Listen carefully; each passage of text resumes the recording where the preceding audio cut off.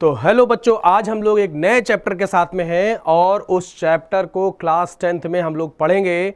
और ये chapter important है क्योंकि ये चैप्टर कहीं ना कहीं आगे जा कर के आपको तमाम सारे क्लासेस में ये काम आने वाला है। ख़ास करके आपको जब भी किसी वेरिएबल की वैल्यू कैलकुलेट करने की बात की जाएगी, अगर आपके पास वो इक्वेशन लीनियर है।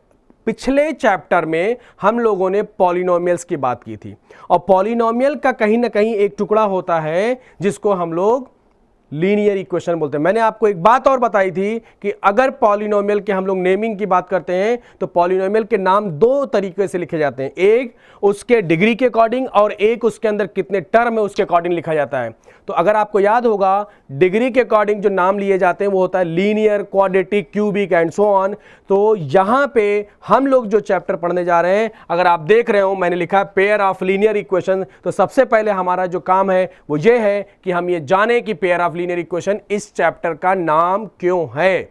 तो आइए आज हम लोग शुरुआत करते हैं एक नए चैप्टर नई एनर्जी के साथ में। और इसको शुरुआत करने से पहले हम आपसे डिस्कस करना चाहते हैं कि इसमें जो पेयर ऑफ लीनियर इक्वेशन में है इसके सबकी मीनिंग क्या है। Each and every term should be define किया जाना चाहिए कि ये क्यों लिखे गए हैं, इसका नाम कुछ और क्यों नहीं हो सकता है। तो हम लोग बात करेंगे आज कि पेयर ऑफ लीनियर इक्वेशन की अगर हम लोग बात करें तो सिंपली आप समझ लीजिए, मैंने कहा, आप लोगों ने भी ध्यान दिया होगा कि जब हम लोग कभी भी एक इक्वेशन खास करके जो पॉलिनोमियल होता है, तो पॉलिनोमियल की जो नेमिंग होती है वो आपको बताया गया है कि पॉलिनोमियल का जो नेमिंग होता है वो आप दो हिस्सों से करते हैं। एक आप करते हैं कि पॉलिनोमियल के डिग्री के अकॉर्डिंग जो नाम लिखा जाता है वहां पे आप लोग नाम देते हैं। सबसे पहला नाम आता है लीनियर और फिर दूसरा नाम आता है क्वाड्रेटिक। जो हमारे सिलेबस में है मैं उतना ही बात करना चाहता हूं, ज्यादा नहीं बात करना चाहता हूं। क्वाड्रेटिक है, फिर उसके बाद आपके पास जो नेक्स्ट आता है वो क्यूबिक आता है।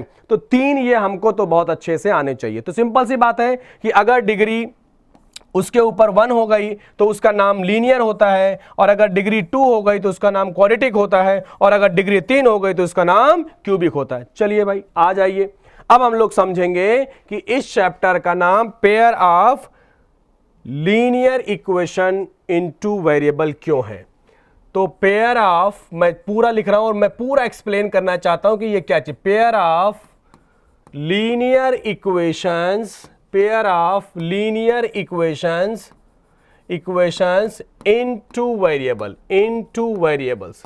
Into variables. अब जरा हम ये समझना चाहेंगे कि आखिर में इसको हम लोगों ने ये नाम क्यों दिया है। पहले तो आप समझ जाइएगा, मैंने कहा कि लीनियर क्या होता है, ये मैंने आपको डिफाइन करके बता दिया है कि लीनियर क्या होता है। लीनियर के बारे में आपको मैंने बता दिया कि लीनियर क्या है भाई। लीनियर की अगर हम लोग बात करें तो लीनियर के बारे में बताया गया कि जब किसी भी वेरिएबल के ऊपर, अगर कोई भी इक्वेशन में वेरिएबल जो है अगर उसके ऊपर जो पावर है वो मैक्सिमम अगर 1 होती है, जैसे x के ऊपर पावर जो है वो 1 है, x प्लस वाई इन दोनों के ऊपर जो पावर है वो 1 है, 2x प्लस 3 इसमें जो वेरिएबल है उसके ऊपर पावर 1 है। ये जितने भी मैंने एग्जाम्पल लिखे हैं ये तीनों के तीनों एग्जाम्पल किसके हैं, वो हैं जिनके ऊपर पावर 1 है। यानी इसकी अगर हम लोग बात करें डिग्री 1 है, और जब किसी की डिग्री 1 होती है तो इसी को हम लोग बोलते हैं लीनियर। तो एक ये टर्म क्लियर हो गया। लीनियर का मतलब है कि अगर हमारे पास कोई भी एक्सप्रेशन है, उस एक्सप्रेशन में जो वेरिएबल है, वेरिएबल की पावर अगर 1 होता है तो हम लोग उसको लीनियर बोलते हैं। फिर आती है बात इक्वेशन की। यह भी मैं डिफाइन कर चुका हूं प्रीवियस क्लास में कि इक्वेशन क्या होते हैं। जब हम लोग किसी एक्सप्रेशन को लिखते हैं, मान लीजिए 2x प्लस 3 लिख दिया मैंने, और यहां पे अगर हमने इक्वल टू का साइन लगा करके इज इक्वल टू 0 कर दिया है, जैसे ही किसी एक्सप्रेशन में इक्वल टू का साइन आ जाता है फौरन हम उसको एक्सप्रेशन ना कह करके, एक चीज होती है एक्सप्रेशन, ये मैं फिर से रिपीट करे दे रहा हूं, एक चीज होती है एक्सप्रेशन और एक चीज होती है इक्वेशन। बेटा अगर हम लोग सिर्फ इस तरीके से लिख करके छोड़ देते हैं, दिस इज कॉल्ड एक्सप्रेशन, लेकिन अगर हम लोग is equal to zero, is equal to zero, is equal to zero इस तरीके से अगर लिख दें, यानी इक्वल टू का साइन अगर हम यहां पे ले आते हैं, तो यही चीज कहने लगती है इक्वेशन। तो मुझे लग रहा है ये दो बातें तो डिफाइन हो गई होंगी। Linear equation in two variables, simple सी बात है, अगर मैं लिखूं 2x + 3 इज इक्वल टू 0, ये लीनियर है, लेकिन इसके अंदर एक ही वेरिएबल यूज हो रहा है, और जब एक ही वेरिएबल यूज होगा ये कहलाएगा linear equation in one variable. ये क्लास 9th में आपने पढ़ा होगा। आज हम लोगों का जो टॉपिक, भाई एक क्लास बड़े हो गए ना, अब आप एक क्लास बड़े हो गए, एक क्लास बड़े हो गए तो एक इसके अंदर और वेरिएबल जोड़ दिया गया है, तो इसलिए आपका जो चैप्टर बन के तैयार हो रहा है वो है linear equation in two variable. बात समझ में आ रही है? आइए देख लेते हैं क्या होता है। जैसे ही आपने दो वेरिएबल की बात कर दी, x + y is equal to आपने 4 कर दिया, 0 कर दिया, कुछ भी कर दीजिए आप, लेकिन इक्वल टू का साइन आना चाहिए। इसमें x और y दोनों के वेरिएबल की पावर अगर 1 हो जाते हैं तो सिंपल सी बात है कि मुझे लग रहा है कि ये तीनों टर्म आपको डिफाइन हो गए होंगे। लीनियर क्या है, इक्वेशन क्या है और टू वेरिएबल क्या है, ये चीजें क्लियर हो गई। दो वेरिएबल यूज हो रहे हैं, दोनों वेरिएबल के सिर पे जो चढ़ा हुआ है वो 1 चढ़ा हुआ है, इसलिए लीनियर हो गए। दो वेरिएबल है इसलिए टू वेरिएबल हो गया। इक्वेशन लगा हुआ है, इक्वल टू का साइन लगा हुआ है, इसलिए इक्वेशन हो गया। तो ये होता है linear equation in two variables. अब यहां पे बात आती है पेयर्स क्यों लिखा है। पेयर्स क्यों लिखा है? पेयर को अगर मुझे लिखना समझना है तो ये समझना है कि अगर बेटा हम लोग, बात को बहुत ध्यान समझिएगा, कि अगर हम लोगों को यहां पे कैलकुलेशन की बात की जाए तो जरा ध्यान दीजिएगा, थोड़ा सा इन चीजों को समझना है आपको कि अगर हम लोग कैलकुलेशन की बात करते हैं तो इसको समझने के लिए आपको थोड़ा सा वापस पॉलिनोमियल की तरफ चलते हैं। जरा देख लेते हैं क्या चल रहा है भाई, इसमें पॉलिनोमियल में क्या चला। अब हम यहां पे थोड़ा सा डिस्कस करना चाहते हैं आपसे। जैसे मान लीजिए लीनियर इक्वेशन 1 वेरिएबल है, बहुत ध्यान से समझिएगा आप लोग क्योंकि बहुत इंपॉर्टेंट बात है ये। Linear equation in two variable, linear equation in one variable. अगर linear equation in one variable हो गया तो क्या होगा समझिएगा। अगर आप लिखते हैं 2x + 3 इज इक्वल टू 0 तो फौरन आप इसकी वैल्यू बता सकते हैं 2x इज इक्वल टू -3 और x इज इक्वल टू हो जाएगा -3/2। बात क्या पता चली कि अगर आपके पास लीनियर इक्वेशन है और 1 वेरिएबल है, बहुत ध्यान सुनिएगा भैया, पिक्चर थोड़ा तो ध्यान दो। क्या करना है कि अगर 1 वेरिएबल है, बहुत ध्यान से, अगर 1 वेरिएबल है तो 1 equation required to solve, 1 equation required to solve the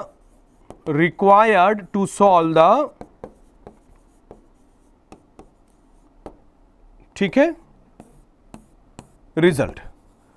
अगर रिजल्ट आपको चाहिए तो सिर्फ एक ही इक्वेशन की रिक्वायरमेंट है और आपने x की वैल्यू बता दी।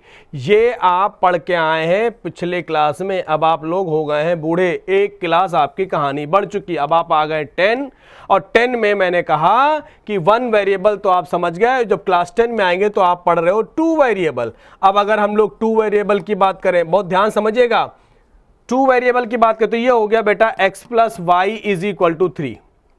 अब यहां पे you can not find the value of x and y, लेकिन हाँ इंडिपेंडेंट और डिपेंडेंट की बात हो सकती है। जैसे अगर आप x की वैल्यू निकालते हैं तो लिख देते हैं 3y, एक किसी ने ऐसे निकाला, या किसी ने कहा नहीं हम y is equal to 3 - x लिखेंगे, बिल्कुल सही बात है। अब देखो बात, अगर y की वैल्यू रखते जाएंगे तो x की वैल्यू आती जाएगी, यानी x जो है वो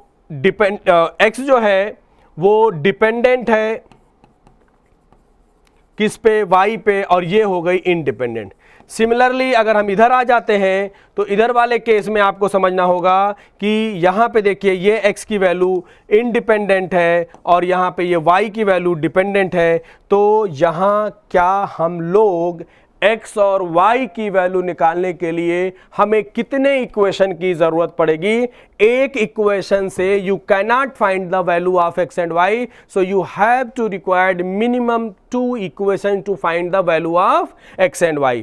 इसीलिए हम लोगों का जो चैप्टर है जिसका नाम दिया गया है पेयर ऑफ लीनियर इक्वेशन, तो पेयर ऑफ लीनियर इक्वेशन लिखने का मुझे लग रहा है कि अब पर्पज आप लोगों को समझ में आ गया होगा कि पेयर ऑफ लीनियर इक्वेशन का मतलब क्या था। तो पेयर ऑफ लीनियर इक्वेशन को अगर मुझे समझना होगा तो अब मुझे नहीं लग रहा है कि आपको कोई दिक्कत है। पेयर इसलिए क्योंकि आपको 2 इक्वेशन की जरूरत है, तभी आप x और y की वैल्यू निकाल सकते हो। जैसे x plus Y is equal to 3 और मान लेते हैं 2x plus 3y is equal to 5। अब जब आप इन दोनों को सॉल्व करेंगे तभी आप x और y की वैल्यू निकाल सकते हैं। अब मुझे लग रहा है पूरी कहानी क्लियर हो चुकी है। इस चैप्टर का नाम पेयर ऑफ लीनियर इक्वेशन क्यों है? क्योंकि यहां पे 2 इक्वेशन की जरूरत होती है सॉल्व करने के लिए। लीनियर इक्वेशन इसलिए क्योंकि इसमें वेरिएबल की पावर 1 होती है। 2 वेरिएबल इसलिए क्योंकि यहाँ पे 2 वेरिएबल यूज किए जाएंगे, X Y P Q A B S T, जो भी वेरिएबल्स हो सकते हैं वो 2 वेरिएबल होंगे। इस वजह से इसका नाम लीनियर इक्वेशन इन 2 वेरिएबल लिखा गया है। बाकी चीजें यहाँ पे आपको समझ के लिए है, यहाँ पे रिजल्ट दे सकते हैं। जैसे मान लीजिए अगर आप लिखते हैं 2x plus 3y plus 4 is equal to 0, तो ये लीनियर इक्वेशन है, 2 वेरिएबल है। लेकिन अगर हम इसको जनरल फॉर्म की बात करें तो आप लिख सकते हैं ax plus B Y plus c is equal to 0। अगर यहाँ पे a की वैल्यू 0 हो गई तो ये 2 वेरिएबल नहीं बचेगा, ठीक है। तो इसलिए यहां पे लिखा जाता है कि a की वैल्यू 0 के बराबर नहीं होना चाहिए। अगर यहां पे b की वैल्यू 0 हो गई तो कोएफिशिएंट ऑफ y 0 हो जाएगा, तो ये टर्म गायब हो जाएगा, तो फिर से ये लीनियर इक्वेशन इन 1 वेरिएबल हो जाएगा, 2 वेरिएबल नहीं होगा। तो यहां पे बगल में लिखा जाता है कि a एंड b ये दोनों 0 के बराबर नहीं होना चाहिए। अगर ये दोनों 0 के बराबर में से कोई एक भी हो जाएगा तो लीनियर इक्वेशन वो 2 वेरिएबल नहीं होगा। अब आगे हम लोग बढ़ते हैं। अब लीनियर इक्वेशन इन 2 वेरिएबल की अगर हम लोग बात करें तो आपको अभी मैंने बताया है कि if you are having 2 equation then you can calculate the value of X and Y. बात समझ में आ गई है? अगर आप एक्स और वाई की वैल्यू निकालना चाहते हैं तो you have to required minimum, मतलब उतने तो चाहिए ही चाहिए। अगर 2 इक्वेशन नहीं तो you can not calculate the value of X and Y. तो भाई अगर एक इक्वेशन है और उसका जनरल फॉर्म अगर मान लेते हैं ax plus B Y plus C is equal to 0 है, तो ऑब्वियस सी बात है कि अगर मुझे दूसरी इक्वेशन लिखना पड़ेगा तो वो भी यही लिख देंगे आप, ax plus B Y plus C is equal to 0। तो भैया यहां कलर का तो डिफरेंस आ गया लेकिन इक्वेशन तो सेम दिख रही है। इसीलिए यहां पे बताया जाता है कि एक काम करो, यहां पे इनके नाम दे दो, इसको दे दो 2, इसको दे दो 2, इसको दे दो 2, और उसके बाद यहां पे अगर हम लोग बात करें इसको दे दो 1, इसको दे दो 1, और इसको दे दो 1, इसको दे दो 1। तो अब ये आपको क्लियरली समझ में आ गया कि ये इक्वेशन अलग है और ये इक्वेशन अलग है। Then you can differentiate the different equation, यानी 2 अलग अलग इक्वेशन अगर आप ax plus B Y plus c दोनों ले लेंगे तो आप वहां पे रिकॉग्नाइज नहीं कर सकते हैं। तो देखिए जब हम 2 इक्वेशन को लिखेंगे तो हमेशा इस फॉर्म में लिखेंगे a1x plus b1y plus c1 is equal to 0, a2x plus b2y plus c2 is equal to 0। ये इक्वेशन नंबर 1 होगा और ये इक्वेशन नंबर 2 होगा, हमेशा याद रखें। अब यहां पे जो x और y के आगे जो चीज लिखी हुई है इसको हम लोग बोलते हैं कोएफिशिएंट। क्या बोलते हैं? कोएफिशिएंट। तो कोएफिशिएंट क्या क्या है? पहली इक्वेशन में है a1 b1 और कोएफिशिएंट दूसरी इक्वेशन में है a2 b2, ठीक, एक चीज। फिर इन दोनों में जो वेरिएबल के नाम पे यूज हो रहा है वो x और y यूज हो रहा है। फिर इनमें दोनों में जो कांस्टेंट दिख रहा है वो दिख रहा है c1 एंड c2 दिख रहा है। तो मुझे लग रहा है कि आप लोगों को ये तीन चीजों से मिक्स करके ही लीनियर इक्वेशन बनती है, जिसमें कोफिशिएंट्स होते हैं, जिसमें वेरिएबल्स होते हैं और इसमें कांस्टेंट होते हैं। अगर हम इन दोनों को ऑपरेट करना चाहें तो आपको दिख रहा है कि a1 b1 जो है पहली इक्वेशन के कोफिशिएंट्स हैं, और अच्छा विद साइन, यानी अगर निगेटिव है तो निगेटिव लिखेंगे और अगर पॉजिटिव है तो पॉजिटिव लिखेंगे। कहने का मतलब यह हुआ कि अगर मैं आपसे लिखूं कि -2x + 4y = 3, तो आपको पता होना चाहिए यहां पे जो a1 की वैल्यू है वो 2 नहीं है, a1 की वैल्यू -2 है। हर बच्चा इतनी जल्दी में होता है कि वो वही लिखता है। अच्छा, एक चीज और मैं बताना चाहता हूं, एग्जाम में दिखाई कम देता है, एग्जाम में सुनाई कम देता है, ठीक है ना, और एग्जाम में बहुत सारी चीजें माइनस प्लस दिखता है, प्लस माइनस दिखता है, तो बहुत ही केयरफुली दिमाग को कंसंट्रेट रखना है, वरना एग्जाम के दिन दुनिया पलटी हुई होती है। तो भैया ये सब चीजें जब आप अपने प्रैक्टिस में रखेंगे, हैबिचुअल होंगे आप उन चीजों से, तब आपको ऐसी प्रॉब्लम का सामना नहीं करना पड़ेगा कि माइनस प्लस दिखे और प्लस माइनस दिखे। तो इसलिए बी केयरफुल, आगाह कर दिया है भाई, ठीक है।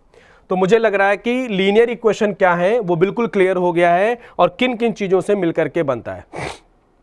अब लीनियर इक्वेशन को जब हम लोग सॉल्व करते हैं, बहुत ध्यान सुनिएगा, लीनियर इक्वेशन को जब हम लोग सॉल्व करते हैं तो तीन टाइप के सॉल्यूशन होते हैं। या तो एक्स और वाई के वैल्यूज आते हैं, या तो एक्स और वाई के, मतलब जिसको हम लोग यूनिक सॉल्यूशन बोलते हैं। तो एक्चुअली में क्या है कि अगर हम लोग बात करें तो हमारे पास दो टाइप के सॉल्यूशन, मैं सिर्फ अभी पहले इसमें बताता हूं। एक तो कॉन्सिस्टेंट होता है, यहां पे मैंने लिख रखा है, और एक होता है इनकॉन्सिस्टेंट। मैं थोड़ा सा आपको एनसीईआरटी के आगे पीछे चीजों को, कंटेंट को मैं लेके चल रहा हूं, उसके लिए आपको परेशान होने की जरूरत नहीं। जो कंसिस्टेंट होता है उसमें दो चीजें आती हैं, एक यूनिक, अभी आपको सिर्फ समझना है बस, और बाकी कुछ नहीं, बाकी हमारे ऊपर छोड़ दीजिए। हम खड़े किस लिए हैं? हम इसलिए हैं क्योंकि आपकी सारी प्रॉब्लम दूर करें, और भगवान ने चाहा तो हम भाई कर देंगे, पूरी कर देंगे। तो यूनिक सॉल्यूशन एक केस बनेगा और एक केस बनेगा इनफाइनाइट सॉल्यूशन। तो बेटा देखो, सिंपल सी बात है कि जो लीनियर इक्वेशन होते हैं उसके तीन टाइप के सॉल्यूशन होते हैं, या तो इनफाइनाइट सॉल्यूशन होता है, या यूनिक सॉल्यूशन होता है, या उसका नो सॉल्यूशन आता है। ध्यान से दोबारा से सुनते हैं, unique solution, infinite solution, no solution. अब इन तीनों को दो ग्रुप में बना दिया जाता है। एक ग्रुप होता है कॉन्सिस्टेंट का और एक ग्रुप होता है इनकॉन्सिस्टेंट का।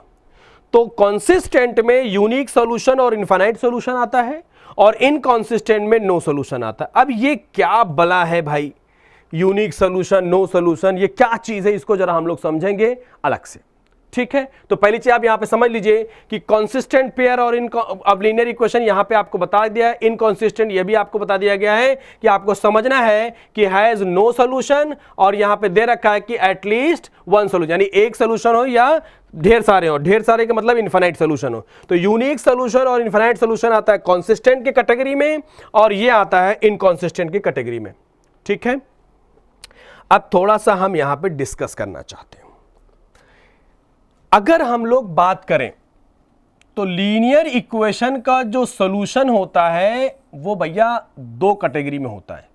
या तो उसको आप ग्राफ में सॉल्व कर दीजिए, ग्राफ से, या तो उसको आप सॉल्व कर दीजिए बाय मेथड ऑफ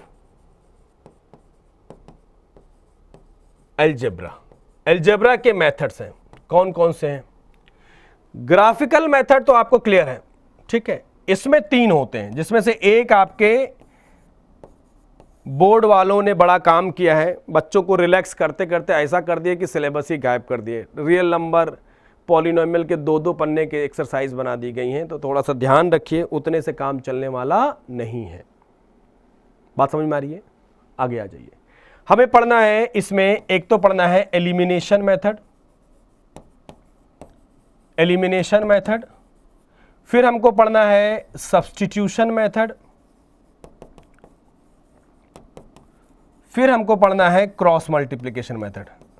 अब इसमें आप लोगों को पता होगा कि क्रॉस मल्टीप्लिकेशन मेरे काम का नहीं है, लेकिन यार हम बताते हैं, ये इसलिए काम का है क्योंकि जब क्लास 12th में आप मैथ्स लेंगे, वैसे आधे लोग तो सोच रहे होंगे 10th कटे भगवान, छुट्टी हो जाए मैथ से, लेकिन जो लोग लेना चाहते हैं तो कहीं ना कहीं कभी ना कभी ये काम आएगा। 3D वगैरह में कहीं ना कहीं थोड़ा सा काम आता है जब क्लास 12th में जाते हैं कि 2 इक्वेशंस होती हैं, है ना, 3 वेरिएबल की 2 इक्वेशंस होती हैं, उनको कैसे सॉल्व करते हैं, उसमें थोड़ा क्रॉस मल्टीप्लिकेशन वाला मेथड लगता है। तो क्या परेशानी है यार, 10 मिनट 5 मिनट इस पे भी हम लोग पढ़ लेंगे, कोई दिक्कत है?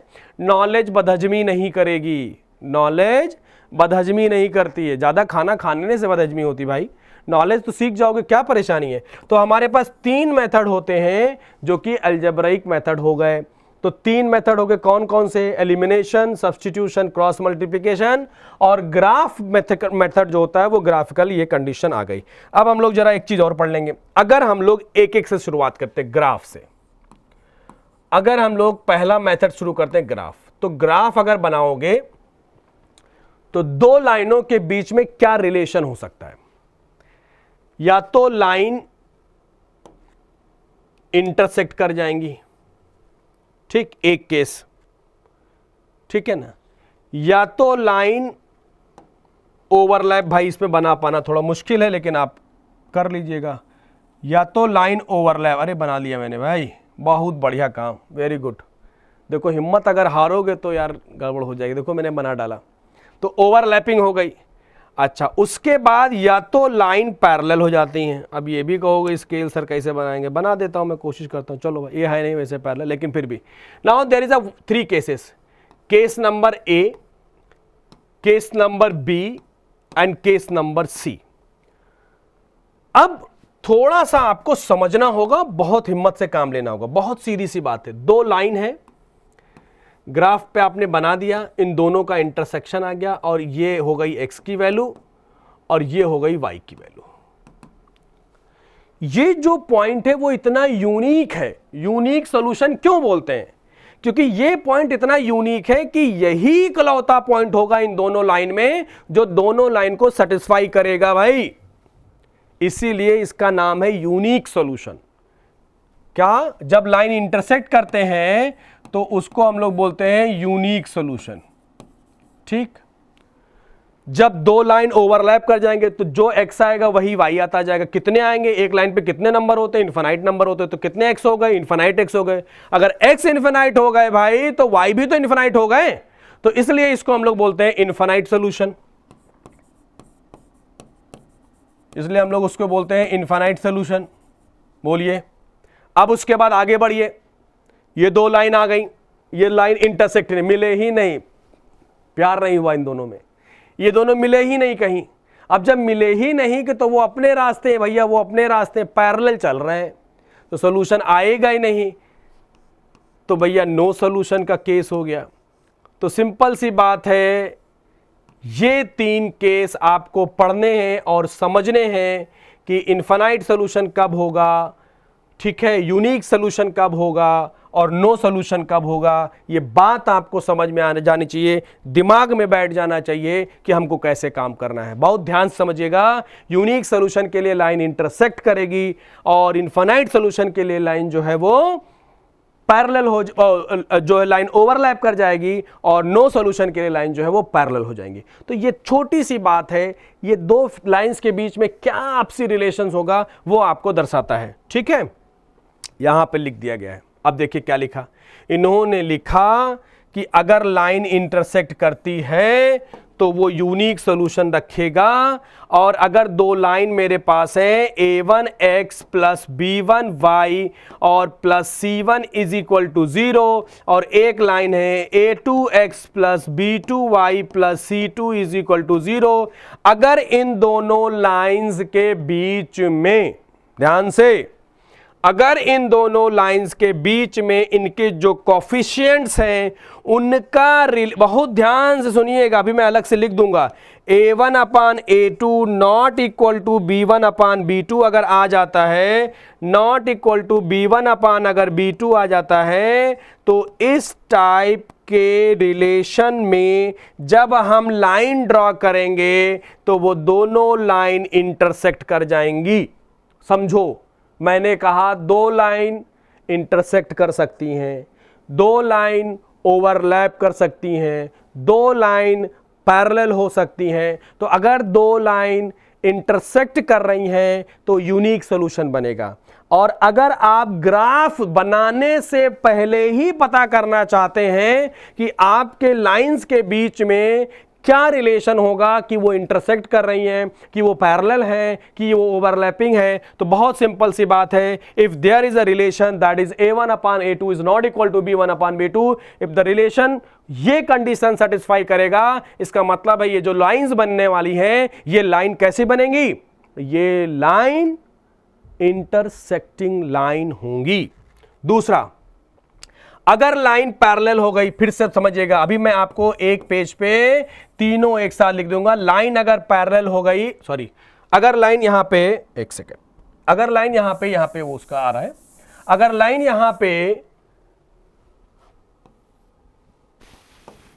यहां पे ओवरलैप हो गई है तो ओवरलैपिंग का मैंने मतलब बताया था कि इनफाइनाइट सॉल्यूशन उसमें निकल के आते हैं, और जब इनफाइनाइट सॉल्यूशन निकल के आते हैं तो उसके बीच में एक जो रिलेशन होगा वो होगा a1/a2 is equal to b1/b2 is equal to c1/c2। तो ये हो गया इनफाइनाइट सॉल्यूशन का केस। और तीसरा जो केस है वो नो सॉल्यूशन का होगा, यानी अगर लाइन पैरेलल हो जाती हैं, अगर 2 लाइन पैरेलल हो गई तो उनके कोफिशिएंट के बीच में रिलेशन होगा a1/a2 is equal to b1/b2 is not equal to c1/c2। खैर अब मैं चाहता हूं कि आपको मैं यहां पे अलग से ये तीनों केसेस बता दें, समझिएगा बहुत ध्यान से। क्या? लाइन इंटरसेक्ट, लाइन ओवरलैपिंग, 2 अलग अलग भैया बना दे, नहीं तो कहोगे सर ने तो ब्लू में ही ओवरलैप कर दिया है। लाइन बड़ा मुश्किल है भाई। Line overlapping, next line parallel. बहुत ही क्लियर कट मैं यहां बात करने वाला हूं, और इनके सबके भैया अलग अलग डिब्बे बना दो। चलो, लाइन अगर इंटरसेक्ट कर गई तो ये कहलाएगा यूनिक सॉल्यूशन। ठीक, कोफिशिएंट का रिलेशन होगा a1/a2 not equal to b1/b2। समझ में आ गई बात? दूसरी बात, अगर लाइन पैरेलल, अगर लाइन ओवरलैप कर गई, और अगर ओवरलैप कर गई तो सॉल्यूशन आएगा इनफाइनाइट, और अगर इनफाइनाइट सॉल्यूशन हो गया इसका तो ये हो जाएगा a1/a2 is equal to b1/b2 is equal to c1/c2।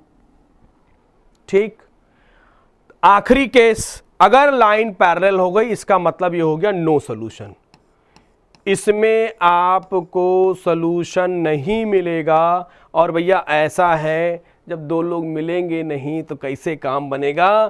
तो a1/a2 is equal to b1/b2 is not equal to c1/c2। तो भैया ये लिख लो, मत्थे पे छपवा लो कि ये 3 केस होते हैं, क्योंकि इसके बगैर कुछ नहीं होने वाला है। लाइन ड्रॉ करने से पहले you can find out that the lines are intersecting, overlapping और पैरेलल। सो अगर ये रिलेशंस होते हैं उनके कोफिशिएंट्स के बीच में, तो आपको ये सॉल्यूशन सॉल्व करने से पहले ही मिल जाएगा। अब आते हैं हम अपने चार्ट पे। सारी कहानी मैंने बता दी है, अब उसका मोटा मोटा यहाँ बड़ा टाइप वाइप करके लगा हुआ भाई, लगाया गया है, देख लो, इसको समझ लो कि कंडीशन फॉर द सॉल्वेबिलिटी, कंसिस्टेंसी के लिए सॉल्यूशन या तो कंसिस्टेंट होता है या तो सॉल्यूशन इनकंसिस्टेंट होता है। जो सॉल्यूशन कंसिस्टेंट होते हैं उसमें यूनिक सॉल्यूशन और मेनी सॉल्यूशन आते हैं या इनफाइनाइट सॉल्यूशन आते हैं। इसको हम दूसरा नाम दे दें, इनफाइनाइट सॉल्यूशन। क्या कहते हैं? ये सब भैया मैं बता चुका हूं, अब ये लिख के आया तो भाई बोलना पड़ेगा। और ये हो गया नो सॉल्यूशन। अगर यूनिक सॉल्यूशन है तो ये रिलेशन होगा, अब मैं फिर से लिख दूं जिससे आपके दिमाग में, दिल में छप जाए, छाप लो भैया। मेनी सॉल्यूशन में ऑल इक्वल, ये भी लिख लो। उसके बाद नो सॉल्यूशन में a1/a2 is equal to b1/b2 और नॉट इक्वल टू c1/c2 हो जाएगा। तो भैया ये सब मैंने लिख के दे दिया है, इसको सीख लो, समझ लो, आगे बढ़ जाओ, नहीं तो 10th में लटके रहो। अब आ जाते हैं हम लोग क्वेश्चन पे। बहुत बढ़िया क्वेश्चन, एग्जाम के लिए जरूर नजर आएगा। Find the value of k for which the system of equation x plus 2y and x minus 1 x plus 1 y is equal to k plus 2 has no solution. अब solution पे हम लोग शुरू करेंगे। सबसे पहले तो इक्वेशन लिखी जाएगी, x plus 2y is equal to 3, और दूसरी इक्वेशन हो जाएगी k minus 1x plus k plus 1y और is equal to k plus 2। तो सबसे पहला काम होगा, इन दोनों इक्वेशंस को आपको ट्रांसफर कर लेना है लेफ्ट साइड में। x plus 2y minus 3 is equal to 0 और k minus 1 of x plus k plus 1 of y minus of k plus 2 is equal to 0। ये दोनों इक्वेशन ट्रांसफर कर लिया गया और इनको कंपेयर कर देंगे आप अपनी पुरानी वाली इक्वेशन a1x प्लस b1y, जो जनरल फॉर्म पढ़ा था आप लोगों ने, 0 और a2x plus b2y plus c2 is equal to 0 से आप इसको कंपेयर कर दीजिए। कर दो भैया, देखो क्या क्या लिखा है इन्होंने। पहली वाली को ये दे दो नाम, मतलब पहली वाली इक्वेशन, पहली वाली ना समझ लीजिएगा आप लोग, पहली वाली इक्वेशन को ये नाम दे दो 1 और दूसरी वाली को दे दो नाम 2। ठीक, जिंदगी में 2 लोग हैं तुम्हारे, अब मैनेज कैसे करोगे भाई? देखो जरा, x के आगे जो है वो a1 लिखा हुआ है, तो यहां पे x के आगे 1 लिखा हुआ, तो a1 की वैल्यू हो गई 1, फिर b1 की वैल्यू हो गई 2 और c1 की वैल्यू हो गई -3। ध्यान दीजिएगा आप लोग। फिर उसके बाद a2 की वैल्यू हो गई k माइनस 1, b2 की वैल्यू हो गई k प्लस 1 और c2 की वैल्यू हो गई माइनस ऑफ k प्लस 2। ठीक, यहां तक किसी को समस्या तो नहीं है? अगर समस्या हो तो उसको दूर किया जाएगा। अब क्वेश्चन पे आ जाते हैं। क्वेश्चन ने कहा कि भैया ऐसा है कि जब ये यूनिक सॉल्यूशन रखें तब हमको बताओ, नहीं sorry, has no solution, has no solution. जब नो सॉल्यूशन हो तब हमको, तो नो सॉल्यूशन का सबसे पहले यहां पे आपको केस पता होना चाहिए। नो सॉल्यूशन में जो कोफिशिएंट का रिलेशन होता है वो होता है a1 upon a2 is equal to b1 upon b2 is not equal to c1 upon c2। यहां तक बात क्लियर हो गई। जो वैल्यू जिसकी जहां दे रखी है पुट कर दें, क्या हो जाएगा? 1 upon k minus 1 is equal to 2 upon k plus 1 is equal to -3 upon minus of k plus 2। यहां तक किसी को समस्या परेशानी तो नहीं है? अच्छा, अब ये माइनस से ये माइनस कैंसिल आउट हो गया और यहां पे ये नॉट इक्वल टू आ गया। रिजल्ट क्या आया? 1 upon k minus 1 is equal to 2 upon k plus 1 not equal to 3 upon k plus 2। तो आप चाहें तो इसको सॉल्व कर लीजिए। ये हो जाएगा k plus 1 is equal to 2k minus 2, तो ये हो जाएगा माइनस या पूरा लिख देता हूं मैं, ज़्यादा बेहतर, k minus 2k is equal to -2 minus 1, तो ये हो जाएगा -2k minus k is equal to -3। ये दोनों कैंसिल हो जाएंगे, तो ये हो जाएगा k की वैल्यू हो जाएगी 3। k की वैल्यू 3 पे ये कौन सा सोल्यूशन रखेगा? ये नो सोल्यूशन रखेगा। तो आपको क्लियर हो गया है। सबसे पहले उसको स्टैंडर्ड फॉर्म में बनाइए इक्वेशन को, a1 b1 c1 ये सब लिख लीजिए। जो कंडीशन दे रही है उस कंडीशन को यहां लिख के उसकी वैल्यू यहां पे पुट करके सॉल्व कर देंगे, रिजल्ट आ जाएगा। एक और क्वेश्चन कर लेते हैं, find the value of a and b। अब अगर हम लोग बात करें यहां पे देखिए, थोड़ा सा ये क्वेश्चन मुझे लग रहा है डाउटफुल है, लेकिन मैं लिखे दे रहा हूं, जरा सोल्यूशन में जरा देख लीजिएगा आप। ये क्वेश्चन में यहां पे शायद प्लस छूट गया है, मैं दोबारा से लिखे दे रहा हूं, आप लोग थोड़ा सा ध्यान दीजिएगा। a1x plus 3y is equal to 2 और 6x plus 1 minus 2b of y is equal to 6। इसको अगर हम लोग सॉल्व करेंगे, थोड़ा सा यहाँ पे थोड़ा करेक्शन है, कर लीजिएगा बेटा। तो पहले हम लोग इसको सॉल्व कर लें, स्टैंडर्ड फॉर्म बना लें। ये क्या हो जाएगा, a1 of x plus 3y minus 2 is equal to 0 और 6x plus 1 minus 2b of y minus 6 is equal to 0। ठीक है।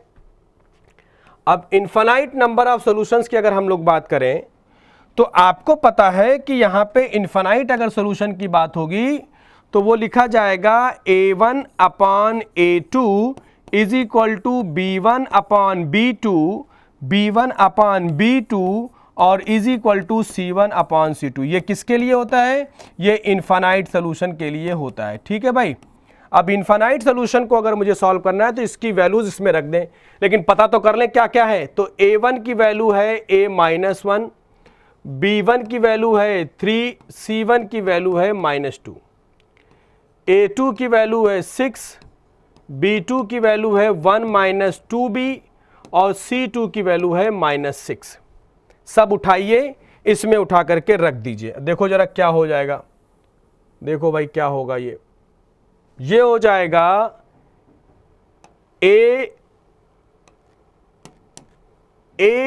Minus 1 upon 2 that is 6 a2 is equal to b1 upon b2 3 upon 1 minus 2b is equal to -2 upon -6। ये minus minus cut गया, ये 1/3 हो जाएगा। अब एक result इसको और इसको लेकर के सॉल्व कर दीजिए तो आपको a की वैल्यू मिल जाएगी। 2/6 को हम लोग क्यों ना 1/3 लिख लें। 3a minus 3 is equal to 6, 3a is equal to 9, a is equal to 3। ये वैल्यू हो गई a की। और दूसरे को इसको रख के इसको भी सॉल्व करेंगे, लेकिन a भी आ जाएगा, थोड़ा बड़ा कैलकुलेशन है तो इसको होशियारी है कि ये कर लें आप। तो 3 upon 1 minus 2b is equal to 1/3। ये हो जाएगा 1 minus 2b is equal to 9, ये उधर चला जाएगा, -2b इज इक्वल टू हो जाएगा 9 माइनस 1, यानी ये हो जाएगा आपका -2b इज इक्वल टू 8 और b इज इक्वल टू हो जाएगा -4। तो a और b की वैल्यूज हमने यहां पे निकाल ली है। a की वैल्यू 3 और b की वैल्यू -4 आएगा when these equation has infinite number of solutions. ठीक है, आगे बढ़ जाते हैं। तो इस तरीके से आपको क्वेश्चंस क्लियर हो जाएंगे। यहां पे लिखा है check whether the pair of linear equation is consistent, if so solve the graphically.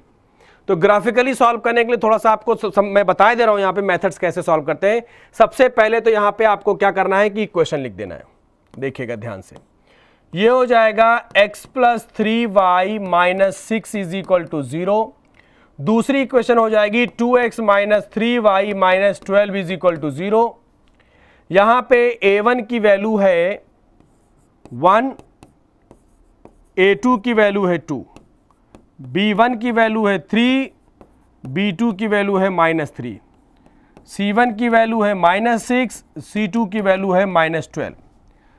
ये हो जाएगा 1/2, 3 अपॉन -3 और -6/-12।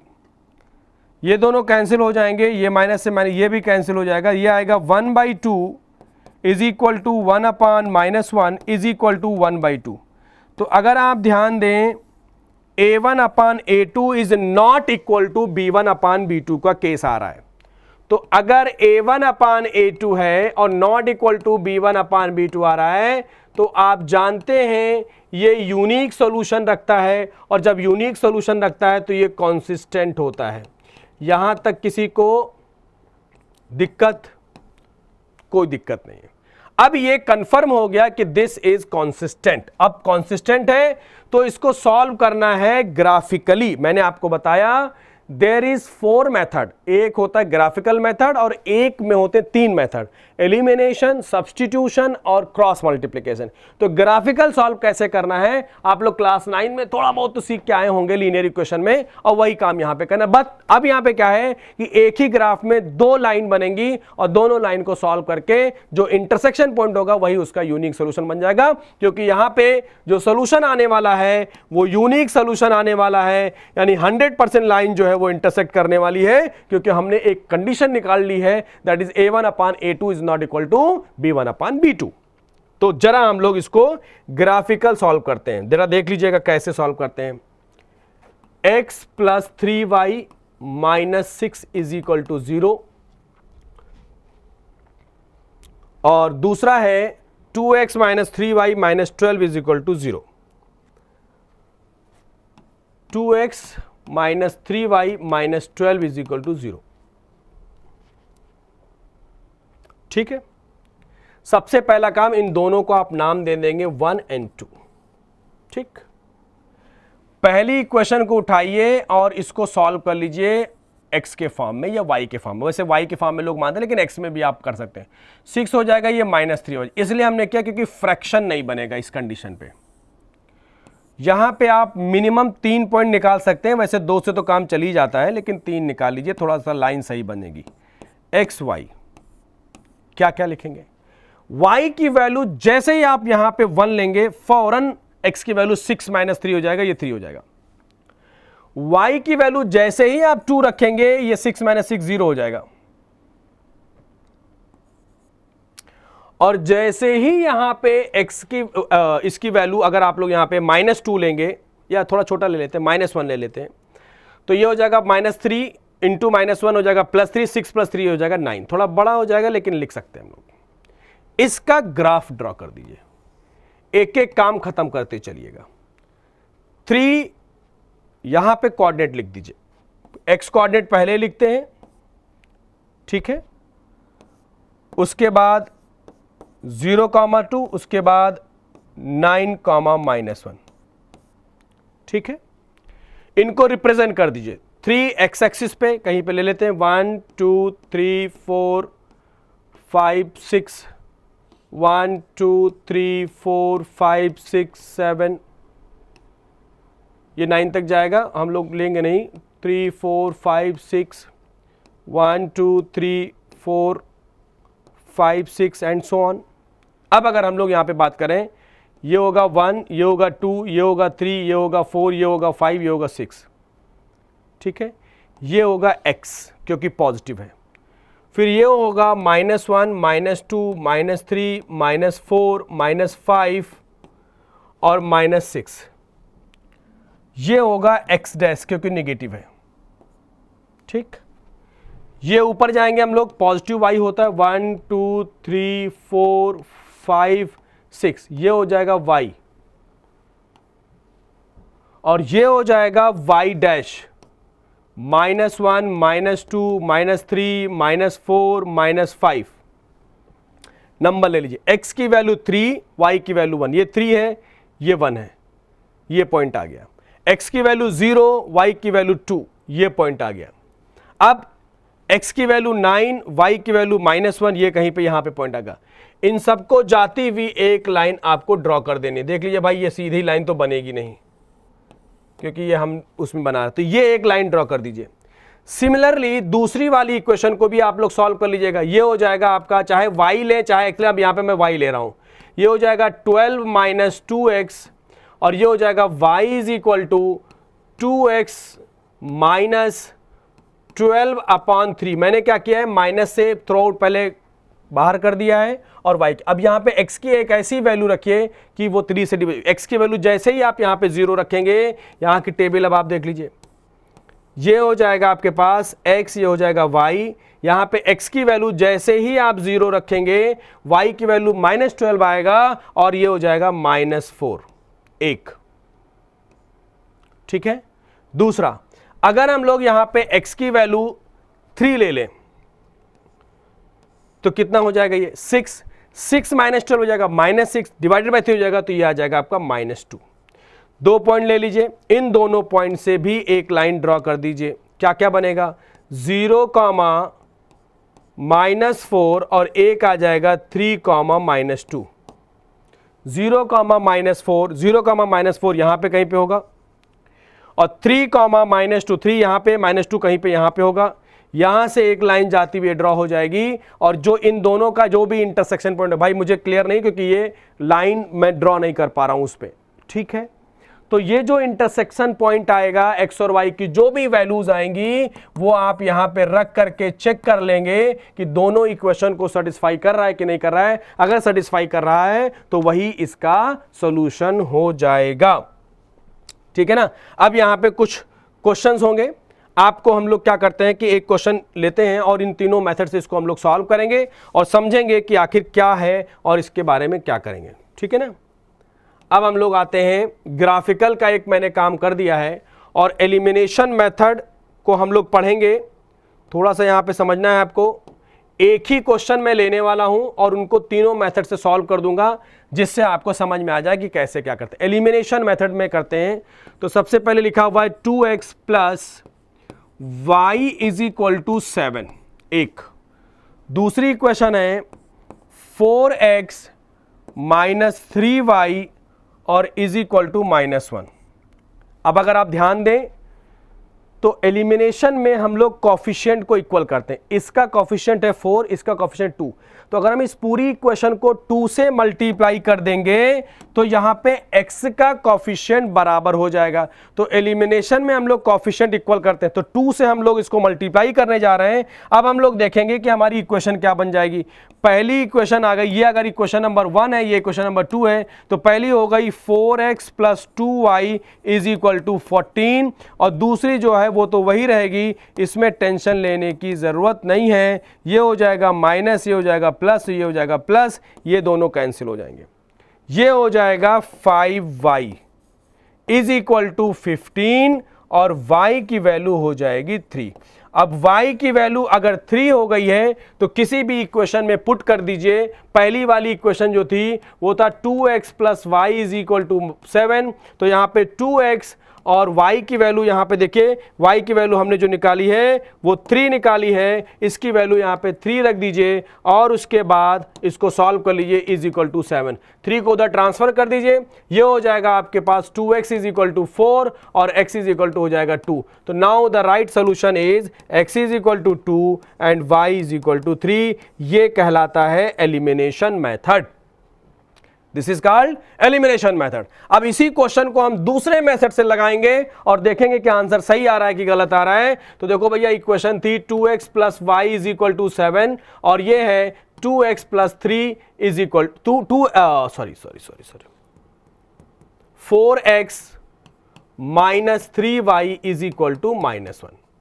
तो पहली इक्वेशन से आप x, देखो भाई सब्स्टिट्यूशन में हम लोग अपनी इक्वेशन के वेरिएबल को क्या करते हैं, लाइक टर्म बना लेते हैं, यानी या तो x में सबको कर ले या सबको y में कर ले। तो यहां से y निकाल लो पहली इक्वेशन से, तो पहली y = निकल के आएगा 7 - 2x और इसकी वैल्यू उठाओ और दूसरी वाली में सब्स्टिट्यूट कर दो। ये क्या हो जाएगा 4x - 3 और ब्रैकेट के अंदर हो जाएगा 7 - 2x।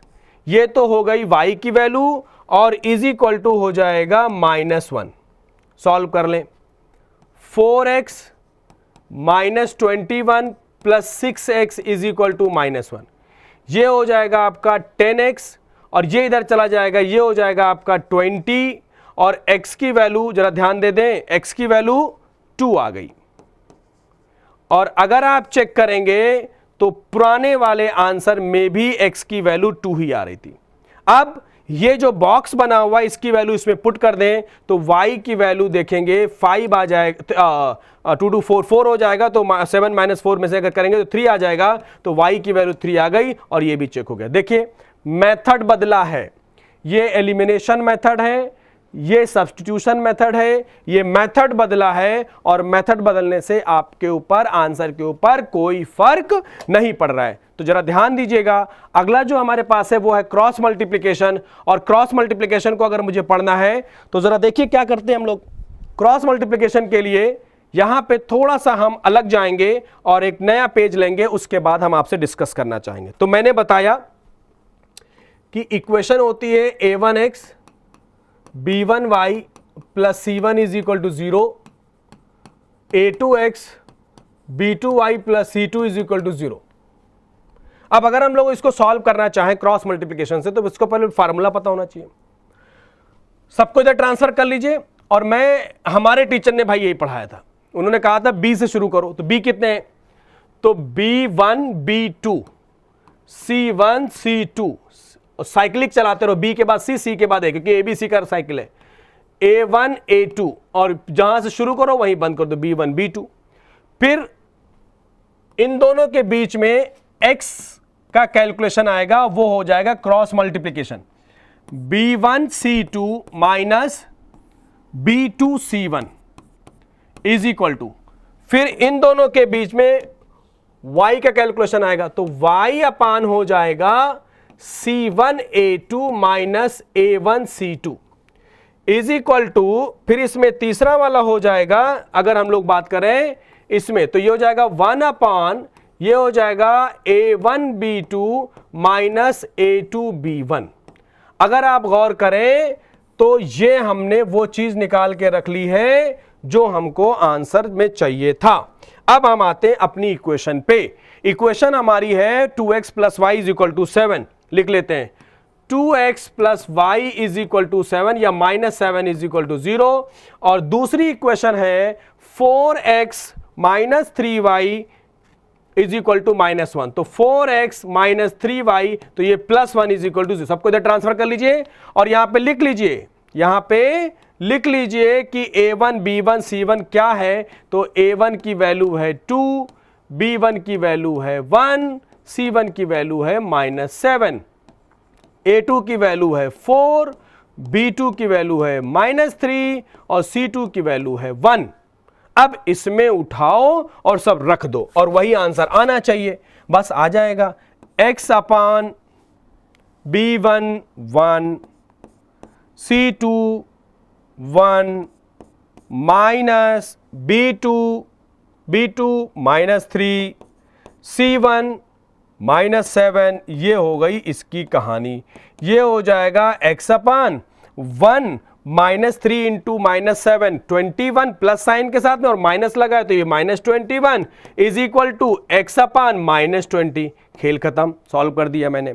दूसरा ले लो भाई, y इज इक्वल टू, तो यह y अपान हो जाएगा c1 a2, c1 -7, a2 यहां पे देख लो कितना है 4, लिख दिया मैंने, माइनस a1 c2, a1 की वैल्यू हो गई 2 और c2 की वैल्यू हो गई कितनी हो गई भाई 1।